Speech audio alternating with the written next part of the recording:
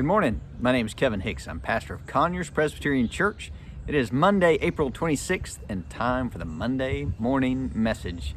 First, let me say, we're serving communion this coming Sunday, the first Sunday of the month. We haven't done that through the pandemic, but we started back on Easter Sunday, and the session has approved serving communion again on the first Sunday of every month. If you were here on Easter, you know we had the little pre-packaged wafer and juice, and you had to peel the top back, and you might have got into it, or you might not have got into it. It was not the easiest thing to open. So I want you to know we're still using a pre-packaged wafer and juice for safety reasons, but it's a totally different product. It's much easier to get into. You have a much different experience, so it should go a little smoother this time than it did last time.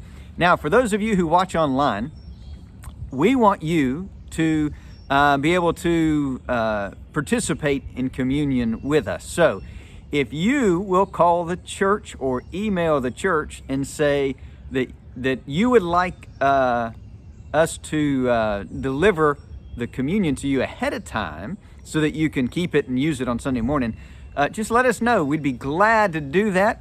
If you live a little far off, you better call Monday or Tuesday so we can mail it to you. But most of you will bring it by your house. We can drop it off on the porch if you don't want us to come in, or come in for a visit, however you'd like to do it.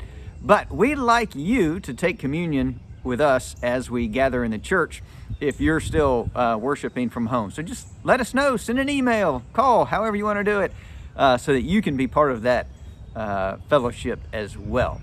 Now, yesterday, I told you there was a particular verse I wanted you to memorize and carry through the week with you. And I told you that I wanted you to memorize it because our thoughts impact our feelings, and our feelings impact our actions in the world, and the actions decide our results. So the things that we feed our mind with impact how we live our lives. So, you know, for example, if you spend your time watching TV and movies, you get a very different message than you would if you spent your time reading scripture or memorizing particular passages. In this case, it's 1 John 3:18.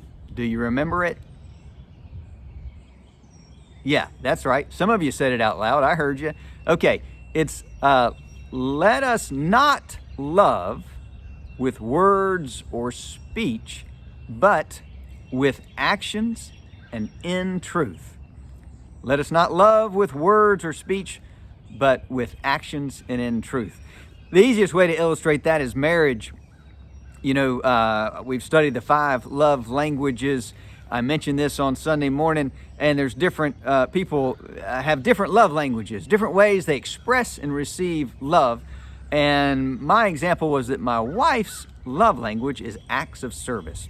So I can come in the house and I can use words or speech. I can tell her I love her, and she will hear it, but you know, she's kind of want me to do something to actually show her that she loves her, that I love her. And so I can say all I want, but if I go sit on the couch, she doesn't really feel loved.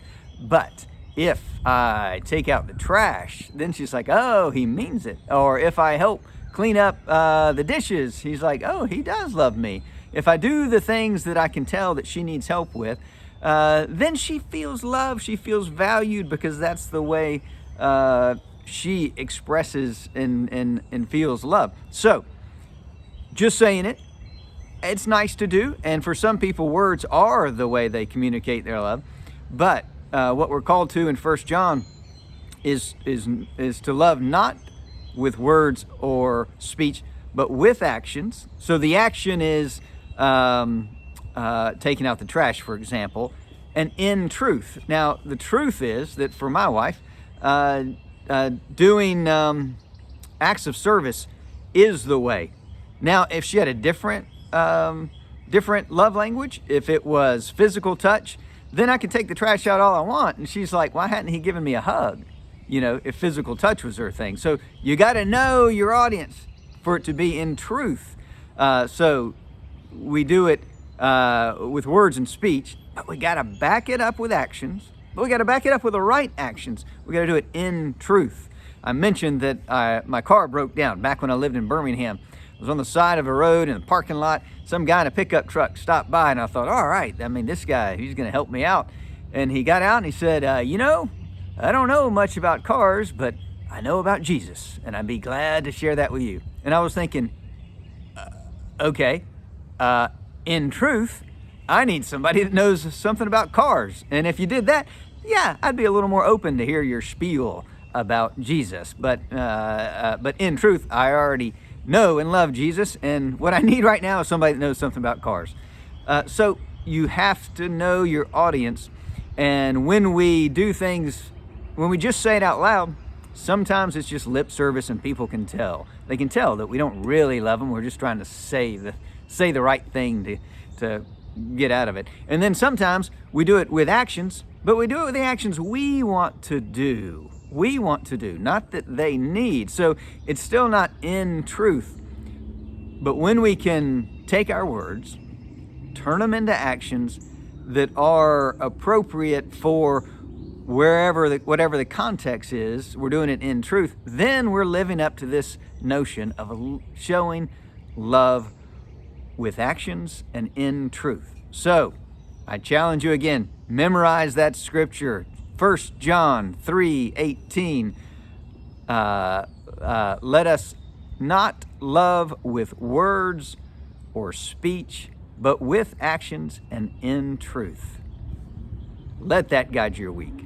I love you guys. I hope you have a wonderful week, and I look forward to seeing you. And a reminder, if you want to have us deliver communion to you ahead of time, because you're going to worship from home, send an email, call the office, however you want to contact us, and we'll bring it by your house. Unless you live a long way away, then we might mail it. Have a great day. Bye-bye.